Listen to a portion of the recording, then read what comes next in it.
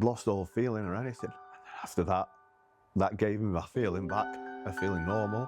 And then eventually, I never thought I had a problem. I was always the kind of life and soul of the party, the energetic one, the reliable one, first out, last to leave. And I think 4 years ago, it eventually crashing down to a point where I didn't want to be here anymore. I couldn't find a purpose being here anymore. I got an amazing wife, kids, the job, the house, but I didn't know who I was inside. You think, oh, I don't need that, it's something I can do myself. But you know yourself, when you've got that many plates spinning in work, that mist can soon come down. The football gave me the strength to hide everything so well. You don't realise how uncomfortable I was in that situation. And not having the experience, I would say the tools now, and the knowledge to be able to handle it and how much probably you were suffering. I think I realised I needed a mask at 13, 14 because I found it uncomfortable in them environments of football. You have to put a rhino skin on in the morning, and as I keep reflecting on it, it is cutthroat. It's you perform or you're out. It's as simple as that. So I had to wear something that, as soon as I crossed that into that environment, I'd change who I was, because I'm a sensitive, emotional person, and it didn't fit that environment. Like I probably would have folded like a deck chair if I with the experience I had going into that environment. So I used to put on, right, I'm going in now, it's cut everything off, just go and do your job and forget about everything off. And you go into such a deep thought of, I don't really potentially care about anyone else, it's about me getting into the first team, getting my spot and holding it down, and I do whatever I've got to do it. So yeah, again, reflecting back with these questions, it'd have been as young as that, as a teenage. I think winning then was great because you had little targets. It was like getting into your team at academy level. So it was being in the 11 and doing a good job and getting a good rating. But then with my experience where everything's happened, looking back now, that was nowhere near the winning inside. It was just shoving it under the carpet, shoving the emotions under the carpet, shoving the feelings under the carpet, and just coping to survive through through them circumstances. Whereas now it's family, health, love. That's what winning's about. And I wish I knew what I do now to go back into that age and have the experience. What I do have now, obviously hindsight, but yeah, I feel it would have been a different story, and I've handled situations a lot better. Yeah. I think the football gave me the strength to hide everything so well. You don't realise how uncomfortable I was in that situation, and not having the experience, I would say the tools now, and the knowledge to be able to handle it and how much probably you were suffering. Yeah, and I was a master at hiding it. And then, unfortunately, the only way I could handle it was having a drink. I'd lost all feeling or anything. After that, that gave me my feeling back, a feeling normal. And then eventually, I never thought I had a problem. I was always the kind of life and soul of the party, the energetic one, the reliable one, first out, last to leave. And I think 4 years ago, it eventually crashing down to a point where I didn't want to be here anymore. I couldn't find a purpose being here anymore. I couldn't find a purpose of being here anymore. I got an amazing wife, kids, the job, the house, but I didn't know who I was inside, which sounds cheesy, but it eventually just, the mask had ran out. And yeah, thanks to Shane Nicholson, I dread to think where I've been now. I think the part he played in it, as thankfully I played with him at Chesterfield, and I'd heard, and he was open about it and shared about his issue with addiction and how he got help. And my wife reached out to him, and I obviously met up with him. And then he said, maybe you have a problem. And I'm thinking, I don't, because I'm not homeless. I'm not sleeping outside Morrison's begging for money. I'm doing all right. But inside I weren't. And then he explains everything. It's not always about that. It's about you inside and living life on life's terms. And then he managed to speak to someone, get me help. And then, I was in the clinic the following Monday, thankfully. My work never really got affected because I was just numbing the pain. The drink was just a solution in numbing the pain. And it made me feel normal. Like the thoughts, it's so hard to explain. It normalised things. And then eventually that wears off. No matter how much you do drink, then the anxiety will kick in as soon as you stop. Why have I done that? Why have I carried on going longer than normal, or finishing work and straight into it? And eventually it's such an awful disease, and it's a progressive disease. And then eventually that solution's no longer the solution. You do hit the rock bottom, and thankfully for my wife and Shinna and the clinic I went into, I'd lost everything, yeah. And at that point, what was going on in your life? You obviously had a business and stuff like that. Yeah, thankfully I was selling the business, and the football had done. I had a business that sold it. I had another business and was selling it, and I was like, I was scared. What's to do next? So did I? Where did I think it was this bad? And as daft as it sounds, I was like, I've got the kids, I've got a house, I've got the cars. Like, I've achieved everything. What's it to do next? You realise that material things are nothing. They're nice things to have, don't get me wrong, but you can have the best car in the world, but you can be bored after it in 6 months. You can have the watches, the clothes, and that instant feel like what Drink gave me. It was an instant solution, an instant change of feeling. And then, as I say, we went into the clinic, and it was nothing magical. It was just a place to be, no phones. And the first thing we did was you checked in and straight to the gym at 5 o'clock in the morning. I think I got to 17 stone at that stage. And I'm thinking, Jim, are you kidding me? No chance. Because I'd not been to the gym for ages. I weren't doing anything fitness-wise for a while. And it was just going back to normality. So you had jobs to do. We had chefs come in, but prepared everything, but you had to warm it up and plate it out for everyone. And you took it in turns, and you did your own washing. And then you'd go to the gym in the morning, come back, and then you'd share how you're feeling that morning. And then you'd do meditation, you'd work on yourself a lot. And you had to write your entire story down and share it. And then you go right back, dig deep. And you're thinking, well, I didn't even think that would be a problem. You know what I mean? And it all connects. And then that 3 to 4 weeks, I was so comfortable in there, and I loved it. And realising, actually, I just needed to go back to basics, and I had an answer for what my head were feeling. Or maybe, as daft as it sounds, I could be hungry, I could be angry, I could be lonely, I could be tired. And then, which it could be a negative against my character defects, is I'm such used to being around an environment where you're loved, you're wanted. So I realise I'm needy. Because you've created that, you want to feel loved, you want to feel liked, but it's okay to not be that. And whereas I could do a deal with someone I didn't really want to do a deal with, but maybe it was something I'm a people pleaser. I want that like from them, even though down the line we wouldn't work together how it should have worked together, because we're not the same kind of people. So for business, it was great for me as well, because realising like being yourself only attracts the same kind of people as you want to work with. So that was a big thing I learned from it. Just getting that help was the best thing that ever happened to me, and knowing myself and still learning about myself gives me a purpose and an excitement. And one thing I took from it was the balance. Like, we got a diary when we left, and it was important. Like, okay, you've got work.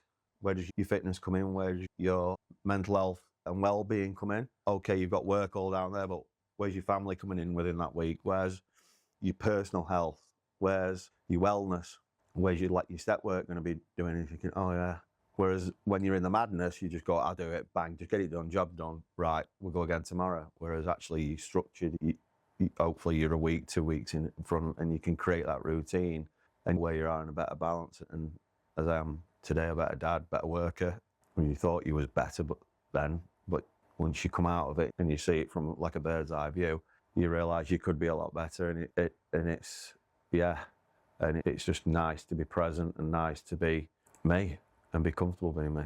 For me, it was a very dark place, for the fact that I've got 3 amazing children, a wife, a lovely family. And for me to think they're better off without me is where that's going to take you with mental health. And your most loved ones, your head will change and think. Mine certainly did. When I was like, your wife's better off without you, let's be honest. Your kids are better off without you. Your work colleagues are better off. What's the point of you being here? That's the ultimate of it. And my head actually did think that, and it's not a good place to be at all. I'm frightened to death of dying. I've always almost like a Peter Pan type of lifestyle I've always had. And when that darkness is hitting and that mental health hitting you that bad, and that's where it takes you to. And for them thoughts to be in your mind, it's awful, awful. That's when I really knew something's not right here. I think I'd brush it over and be like, people must think like this. But then I'd run away to the solution again, and then it'd get worse. The feeling would get worse because it's just a vicious cycle.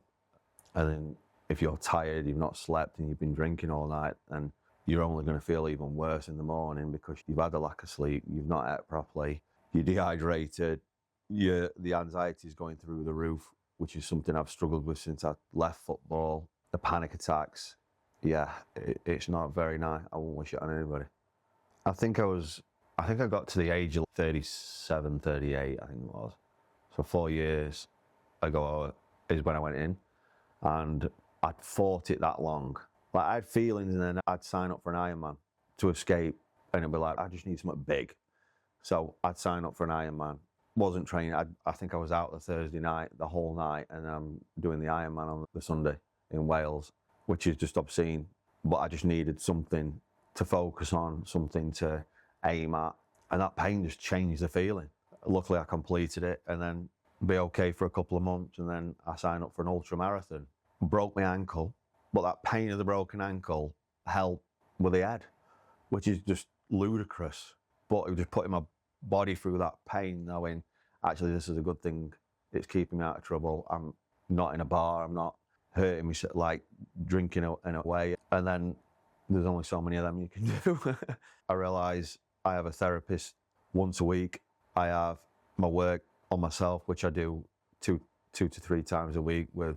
It's good because it's only with ex-sports people. So Monday and Wednesday nights, that's why I'll book London, and I'll do my call on a Monday night and a Wednesday night as well. I'm in the hotel, I'm not lonely, and I can check in with the rest of the lads and just share how you're getting on and how you're feeling. And that weight pressure's coming off is just a miracle, like just sharing, oh, I'm feeling a bit rubbish today and a bit down. Everyone feels down, but ours is more extreme. And it's just having them little tools. All right, I'm ready for a gym session, or I'm ready for a meeting. And be careful, like with as we say, the hungry, angry, lonely, tired. If you're one of them, we need to do something about it. If we're two of them, then we're playing with danger. If we're three of them, we're on the verge of getting into trouble. And you've got your service, your step work to carry on. And I have a sponsor I touch base with daily, which is great, and my daily routine. The routine is really important.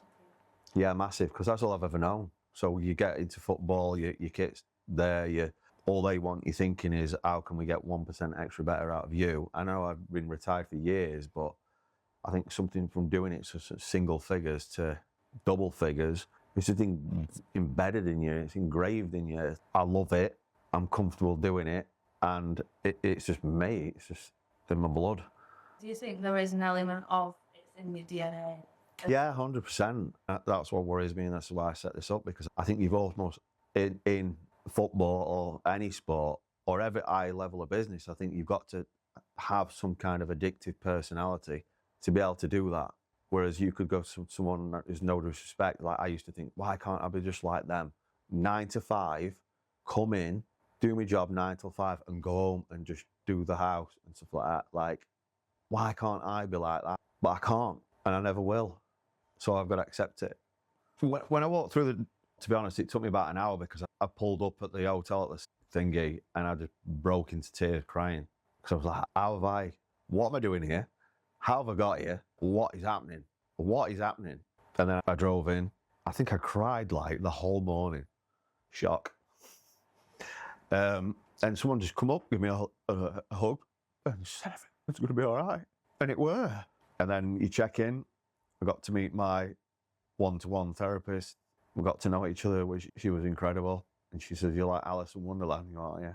Like, what? She went, it's like you just fell down a black hole. Yeah. And I think the hardest thing for me was, I used to say, what did I used to say?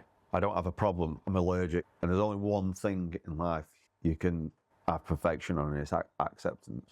And once you've nailed that, you're comfortable accepting who you are, what you are. It's the only way you can grow forward, which I've learned. Everything else in life's just an ideal situation.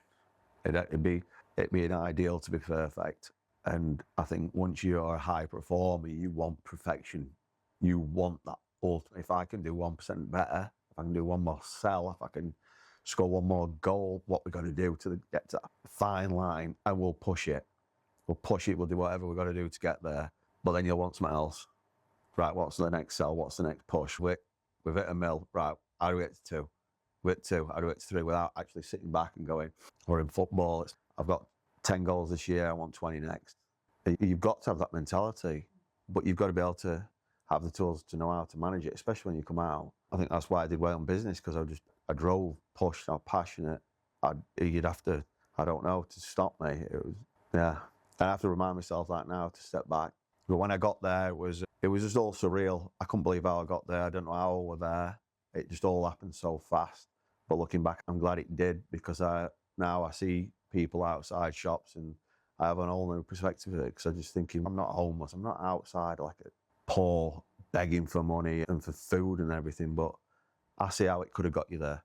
Do you have a lot more compassion now? 100%, yeah. And I'll talk to them. How did you get there? And I'll share my story. And they're like, everyone just sees a guy in a suit, and you'd be surprised how many people are as well. And I think people need to talk about it more, because it's usually the most higher level people. I'm not bigging myself up or anything like that, God no, but it's usually the ones that can get help. I'm so grateful I could just go into that clinic, and at such a huge expense, and thankfully for my football background, it's covered. But they don't have that opportunity. I'm just so lucky that I had that opportunity in being on Monday and to be fixed, whereas that individual, it'll be something that's probably passed down from their parents or been adopted or fostered, and then they've gone through that chain and they've never had a chance or will never get a chance. And I think just saying hello to them, a nice cup of coffee with them and a sandwich, and most of them anyway, and you'll see a different side of them and understand their story as well. And I think you realise that, and it's one thing that helps me massively by helping others. Resentment's probably one of the biggest problems you can have as an internal person, and you've got to be willing to help others like you'd expect to be treated, treat people like you'd expect to be treated, and look at everyone the same. At the end of the day, we're all built the same. Doesn't matter if you drive a Porsche or I used to a Ford Cortina when I was growing up. Do you know what I mean? We're all humans, and behind there's always a story, and give that a chance. So I grew up in Dunstan, like Newbold, so it was a council estate on Kingswood Close. My mum and dad worked the socks off. We didn't have much at all. We come through the council living, and it was very drug heavy, fighting heavy. And luckily I had football to escape from it. But some have obviously gone into prison, some are doing well for themselves. And it's just having the opportunity for them people to come out. So I spent a lot of time with my granddad. They couldn't have kids, and I didn't realise my dad was adopted. His mum and dad didn't want him. So I think I picked up a lot of traits of low self-esteem, hence the reason of being needy. I probably picked up a lot of that from my dad without knowing. I just seen a big, striking, 6 foot plus, old school man that didn't see fear. And I think, why can't I be like him? He's fearless and he's a presence. I won't go on the football. I'm gonna be like, Dad, I'm gonna run through anything, tackle anything, and no one I wanted that. But behind it all, he's just a soft, sensitive, emotional, and he didn't talk. But as I got older, I understand why. And then when I got called up for Wales, and then I couldn't go, because that's when he obviously had to sit down and talk to me that you're not Welsh. You just got a very Welsh name. But my granddad was an alcoholic, so I spent quite a hell of a lot of time with him. Nothing bad, he just sat in a suit and pretty much was drunk 95% of the time, but he was loving, and he was great with me. My nana was great with me. I heard the rows with them too. Like, he'd obviously gone off to the pub, or you could smell it. And I think sometimes going into a pub and I could smell him, and it was comforting. So maybe that's one of the reasons I ended up in them environments as well. And my nana used to clean everything with bleach. So you can remember going in an old school pub and you go into the toilet, so you smell that bleach. It was like quite comforting for me, which is weird as hell. So that's probably why I spent quite a lot of time in there. But yeah, they were great. I won't change any of it. And I think I needed that as well, like having that. I think coming from that background and not having much gave me the hunger. I'm going to change this. I'm going to change it. We're going to have a nice car. We're going to have holidays. I've never been abroad with mum and dad. We used to go trailer tenting and caravanning in Wales, but we had the best times. Like, and the clothes, like I had a paper round early doors and a milk round as well, and I'd go to football. And that's because we didn't have the money, so I'd save the money to go and buy my own things. And so it embedded me early. If you want something, you go out and earn it, and you do it for yourself. Rehab gave me, you probably heard me refer to a lot of things like the tools. So I'd always be like, why? I'm not going to go out tonight, I'm going to think in this. And it's because my life wasn't, it was unmanageable. I look back and it was unmanageable. It needed a structure. It needed someone coming in and going, this is what you're doing wrong, and this is what we need to do to fix it. And I felt the clinic gave me that. I learned who I was, how to accept who I was, how important having a healthy lifestyle is, how important eating is. My trust barriers were non-existent. So we did this workshop where you got an envelope with loads of pieces in, and they said, we want you to put a boundary up, just go with your vision, whatever it is. So you couldn't do it wrong. It was like, and around you. Mine was the most perfect, tightest circle around my feet. And they was like, Gareth, no one can get in. I was like, yeah, I know. And I refer back to football ways. I was like, if the ball goes over my head and comes round here, then he's going to get in behind me as well. But then I've got to cover my striker and my centre half. So everything's not cranny. I was like, no one can get in. You're not going to let anyone in. I don't trust anybody. I don't trust anybody. And that's because something had happened in business to me, which was not very nice. I'm over it now. Now I held resentment, and I was so scared to trust anyone again. I was fearful of it, and I'd created this solid boundary around me so I wouldn't allow anyone in. So how could I get better? Because you're not allowing anyone in to allow you to get you better. And I was like, oh yeah. And I'd look at other ones. What do you think so-and-so was over there? And it was like a U shape with an exit. I was like, makes me feel uncomfortable. Like, he's so exposed there. I was like, why does it make you feel like it's just a way in and out, isn't it? Anyone can get in that. And so, see where we're getting? I'm like, I've never even looked at it like that before. The most simplest things. Yeah, and it's just a magical place. It really is. Like, one, I can't believe I got there, and two, now I know how the tools that I've got now to handle my emotions. I'm going to get tired. I'm going to get hungry. I'm going to get lonely. I'm going to get tired. But what can I do?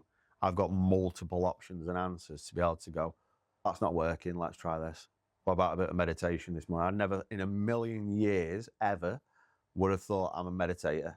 Mum loves it. She'd be like, we're going up in the woods and we'll go trees and stuff like that with her friends. And I'm like, no, Mum. But I'll get a bit of Alan Watts on and it'll calm my breathing down. Like, I've not had a panic attack or anxiety attack for 4 odd years. And I'll listen, I can hear myself breathing now and I can control it. I'm like, I know how I can manage it, which is amazing. Because all you're doing is, I'm trying to think of an answer to, why am I feeling like this? Something's not right. I always feel like something was going to go wrong. Because my self-esteem was so low, I had to learn to love myself to then improve and like myself and get better. It's a long process, but the best. You just got to keep showing up and keep working at it, work at it, and it'll work. The hardest thing I've had to do about myself is acceptance. Accepting I do have a problem, but I know how to manage it, and I'm not the only one who has. And yeah, once you can fully, I speak to people on yesterday, and the amount of time I can fix this, I can do this, I'm going to do it myself, I'm going to go off camping on my own for thinking, you think that's wise? And yeah, I just think I'll just say a prayer for them. You're still on the run, you're still avoiding, and it's not going anywhere, and it's insanity. We keep trying to do the same thing, looking for a different answer, and it doesn't, unfortunately. There's nothing you can do. That's one thing I struggled with. If you're going to help someone, they can only help themselves. You can be there for them when you need them, but acceptance. I've been in sobriety for 3 years, 7 months, and it's been an hard journey. The first 7 months were horrendous. Coming out was easy for the first part, and then I came out on the 21st of December. Not an ideal time. Straight into Christmas.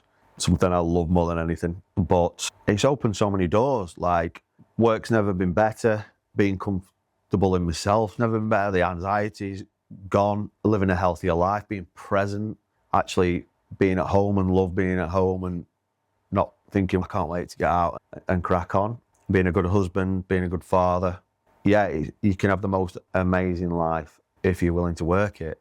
But yeah, I'm just thinking of everything in my head. Sorry. It's the journey. The journey is just incredible. It's so many highs and lows and phases. What I'd see, like getting past the first year, there were probably a lot more lows than there were highs, and trying to find answers and trying to, does this tool work for this mood, emotion, whatever. And then after so far, but it can just come and get you whenever you want. If I know, like, I'll have a 2-week bank. So if I'm not doing my work and work's getting in the way of my recovery, I know 2 weeks I'll start to feel my mood change. And it really is the devil, and it will wait as long as it needs to wait. And it'll be something as random as anything that'll want to trip you up. But I've learned, it wants you sad, it wants you lonely, and it wants you dead. As simple as that. And I've learned that, and so it's important that I keep my work up, and and I'm the best version of me, and the best father. The kids are happy, my wife's happy. My relationship with myself has changed great. It sounds daft, but it's been a pleasure meeting. As in, I actually know, I feel like from 13 to almost like your early 20s, there's just a huge gap missing. Like, I didn't go to parks, I didn't have that teenage growing up. Like, when my friends were doing that, I was doing a different life with work and football. And I think it had its toll later on in life, because it's almost like behaviours that you were trying to look for it later down the line. So it's just great being, again, it's cheesy words, and being present. And you can hear people say it, I'm not the only one of it, being present and being there for people, being reliable and being trusted, and some people sharing their deepest, darkest stories with you, and trusting you with that information is incredible. And then seeing you help someone else out, like the only job I have to do now is help the next person.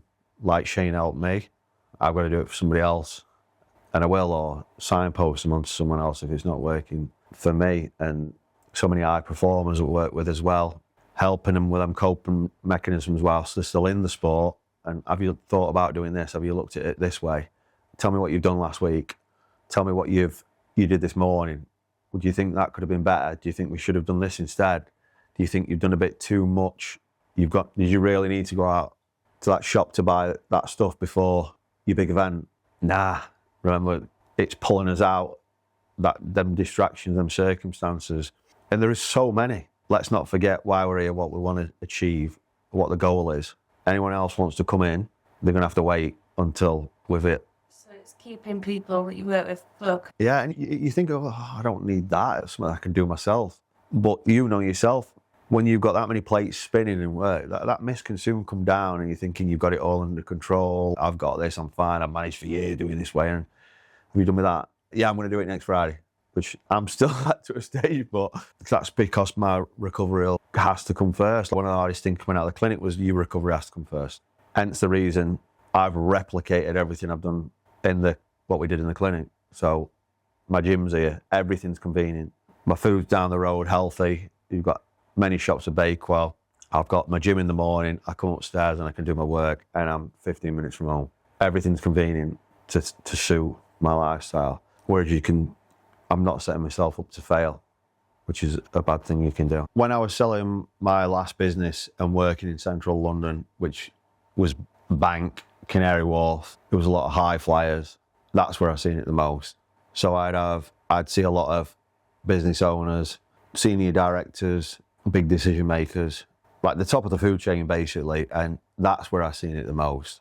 The amount of people that were suffering inside, and then when I was comfortable to go back into them places and seeing them and what I'd learned on myself and working on myself, you're just thinking, I could see it like a sore thumb how much these people were hurting inside. I'm a feeler, I really am, and I can pick up the energy of a room. And seeing some of them, all the other stuff down there, like it's not just the drink, there's other stuff down there as well, and seeing, you could just pick them all out who they are, and seeing that was the biggest shock to think for me. It doesn't have to be that way at all. I think, yeah, you're doing unbelievable and fantastic on the outside, but I think you can, in fact, I know we can work on you in the inside, and the outside will look even better. That extra 20%, probably what you're constantly chasing for, and you're going down that other road for a solution, if you spend that much time working on yourself and being comfortable on it, that 20% push what you're looking for, it'd be not only be a healthier route for you and the people around you, but your business would be probably in a damn sight better position as well. It's a difficult one for me because it varies so huge. So it could be someone like Ray, who I know that's very just touchy-basey, so almost like a friend, and I'll go out and see him, and then it'll be an emotional empty, which I get because your head's gone in to win a race, and then all of a sudden you've not won the race, but that's what you visualised and you're thinking, and that come down can be a hell of a drop. But also you've got the worry of you're constantly winning and winning, and it's let's stay where we are, let's not run away with ourselves. What he's done with himself is phenomenal, not just in the UK, but obviously in Dubai as well. His whole lifestyle has changed. He's the fittest he's ever been, the most comfortable he's ever been.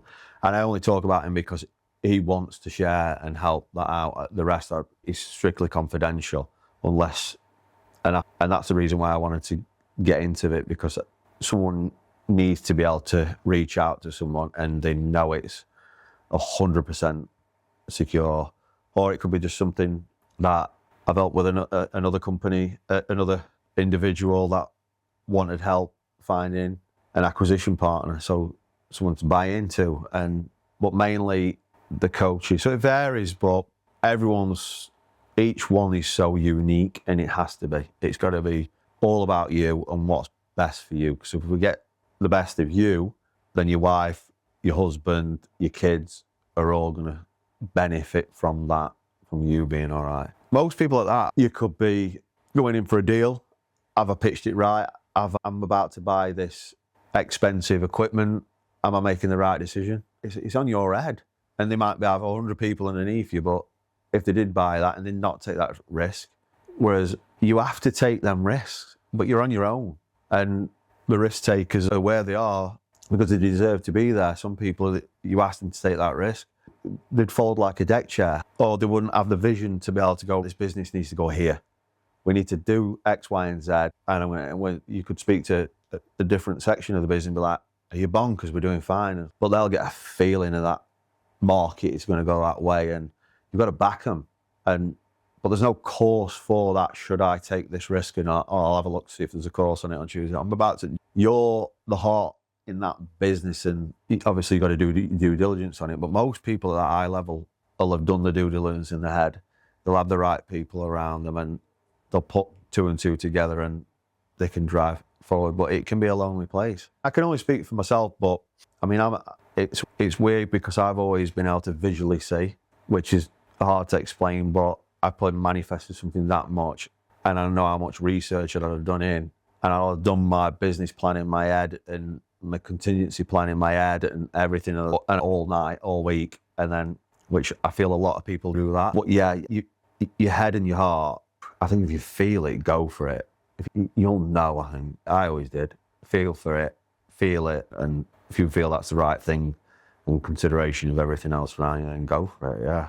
Football's probably one of the biggest businesses in the world, isn't it? And the standards, the bar's so high. I'd set that in my business, and I'd want everyone to achieve that, and I'd help them on that journey to get to that as far as they wanted to go. And the good thing is they'd witnessed and seen me doing it, and I'd never ask anyone to do something that I wouldn't do myself. So you as a leader, if you set the stall out of pushing, they see you do, they'll follow you and believe you. People have got to believe in you. I love my consultancy role. I love that. It's normal as well. But the coaching side of it, I would never have done that if I wouldn't have gone through the experiences I've done. I just picture myself being in my hotel in bank, needing help more than I've ever needed help before, and how lonely I was. I can't go and I felt like I couldn't tell my wife, I felt like I couldn't tell my dad, I felt like I couldn't tell work. Football is you just keep it inside you plough through and you get on it. And yeah, and I dread to think anyone else feeling the anxiety, the pressure's too much, that overwhelming feeling, the low self-esteem, running away to different solutions. And I feel if I can help that next person, then amazing. It'll be the hardest thing you've ever done in your life. You've got to do it, and it's not weak at all. It's the most difficult thing you can do for a high performer or a sports person. It really is, because you think, I've lost. I need to reach out for help. I've lost. But deep down, you need to. Don't feel that way. You've not lost. You've won. 100% you've won. It's like having an extra teammate at the side of you, and you're not alone. When you've got that teammate at the side of you, you think you can take on anything, and you can. Don't be like me, where luckily I did catch it quick. My therapist said, "You're like Alice in Wonderland, you fell down a black hole." Just imagine if I'd have gone further. If I wouldn't have fell down that hole, where would I be now? Because I have warrior mentality. I'll just keep going and keep going. You'll have to kill me. And that's what would have happened, I think. Yeah. I know it would have, yeah. You don't realise how much you think you're doing a good thing, going to work, you're making the money, you bring it home, but your kids don't want your money. They want you. Your wife obviously wants that security and needs that security. She wants her husband that she originally signed up for. She just knew deep down I weren't well. And thankfully, we laugh and joke now saying, unfortunately, she got me back. But the better version, yeah. But yeah, you can see, I don't want to, it's difficult to think back what it was, but it helps me move forward, because I think I don't want to go back there ever again. No. And yeah, so I owe her a lot, all of them. I say, remember, perfection is the acceptance. So you're not losing, you're winning, and you'll have a life beyond your wildest dreams. I didn't know what that was, but now I've done the work and I keep doing the work, and I do have a life beyond my wildest dreams that I never imagined ever. Because you're in a dark place, you don't know what that is. Once you start working on yourself and getting better, and you're putting the work in, it starts to fall into place. You just got to trust it and keep working on it, and then them doors open. I think we live in such an 100-mile-an-hour world now. Like when my first phone, it was a silver flick phone, a Motorola Wings thing. Like now, everything operates from it. I'd hate to be a teenager growing up in this lifestyle at the minute. Everything, like you order something from Amazon, and it's almost, if it's not here this afternoon or in the morning, what's the issue? Like before, you'd wait a week. Like life's so fast, and you can get trapped in that turbulence of it. And it's so important, I think, to take a step back and make sure you're the most important person. And when I've been told you're so selfish, and then I get into the clinic and then my therapist said to me, all you need to think about is you. And are you mad? Like, I've just been told I'm the most selfish person in the world, and then you're saying, but I get it now, because you've got to focus on you. You need to keep your road clean, your road tidy, keep you, Gareth Davies, healthy, and then everyone else benefits from it. I didn't. I get the selfish traits, what I did, and my behaviours I'd done, but it won't consider anyone. And my life's now manageable, and I see me keeping me well benefits all my loved ones and the most important people around me in their best place as well. It's about finding out who you are, and we get to understand that, and we dig deep, and we go back to the roots. What are these character defects? Or why you're reaching out to me, what you want to repair, then we need to dig into it. And what is the issues at work? Are you worried about money? You're worried about, are you doing a good enough job? Because most people have got teams. Like one the other day, he's a successful business. He's built an unbelievable business. Now he don't know where he fits in his business. And I've been through that. I'm thinking my sales team's fine, my accounts team's rolling, my operations team's rolling. I've got the apprentices coming through with the trainers coming through. The marketing team's running. I'm like, are you all right? I'll go over and speak to this. I'll see how they are. I'm good, guys. We're flying. You can see we're having another record month, and it's brilliant. Well done, everyone. Catch you in a bit. And I'm like, what do I do now? And that's a lonely place as well. And that's your time to step back and be supported if needed, and enjoy your benefiting time. Like, and maybe it's time to help out with a school run. Use that opportunity. You've earned it. I could never accept that. And if I went to pick my kids up, I'd feel guilty for I'm being lazy. I'm avoiding work. I'm leaving everyone else to do all my work. And that was one of the difficult things for me, which going back to that individual then, is I don't know where I fit. I don't know where I belong in my business anymore. Like, your name's above the door, mate. And we're working on that now, which is great. I think you go through stages as well. You've got your youngster stage, you've got your teenage stage, I was found 20 to 30, and then hitting 40 was a big shock for me. It was a scary shock for me. And then you've got to recalibrate at them stages. Your family changes, your environment changes, your work's changing. You've got to adapt to them as well. So it's important that it's how important it is we look after ourselves. Look, Gareth Davies coaching exists because if you are suffering mental health, or you are suffering at work, or it could be an athlete struggling with performance, there's a variety of it, as you can see from, that's why I wanted to get today on the camera, because you can see I've worn many hats. I've been through a lot, but I don't want anyone to sit at home feeling like help's not there. Even if it's not me who's help, I'll probably know someone we can signpost to, but the people that work with me are in a damn sight better place. They're doing very successful and winning. So I'm obviously doing something right, which is nice. So if you do want to reach out, even if it's just a chat, see if it will suit, then yeah, just drop me a message or go through the Instagram channel and find me on there.